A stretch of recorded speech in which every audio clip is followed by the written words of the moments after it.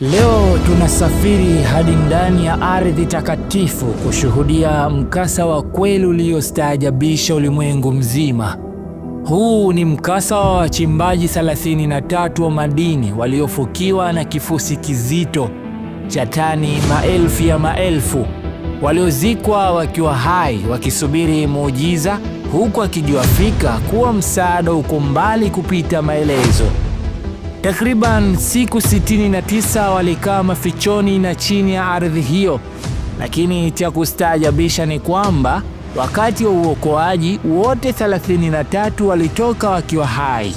Hakuna hata mmoja aliyepoteza maisha. Fikiria, walikuwa na chakula cha dharura kilichopaswa kuwatosha siku 3 tu, lakini waliishi siku 69. Je, siri ilikuwa ni nini? Ni nini kilitokea huko chini kwenye giza nene na joto lisilovumilika?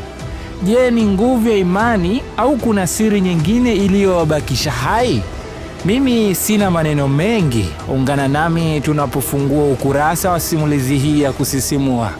Twende pamoja tukaelewe mkasa huu wa kweli mwanzo hadi mwisho.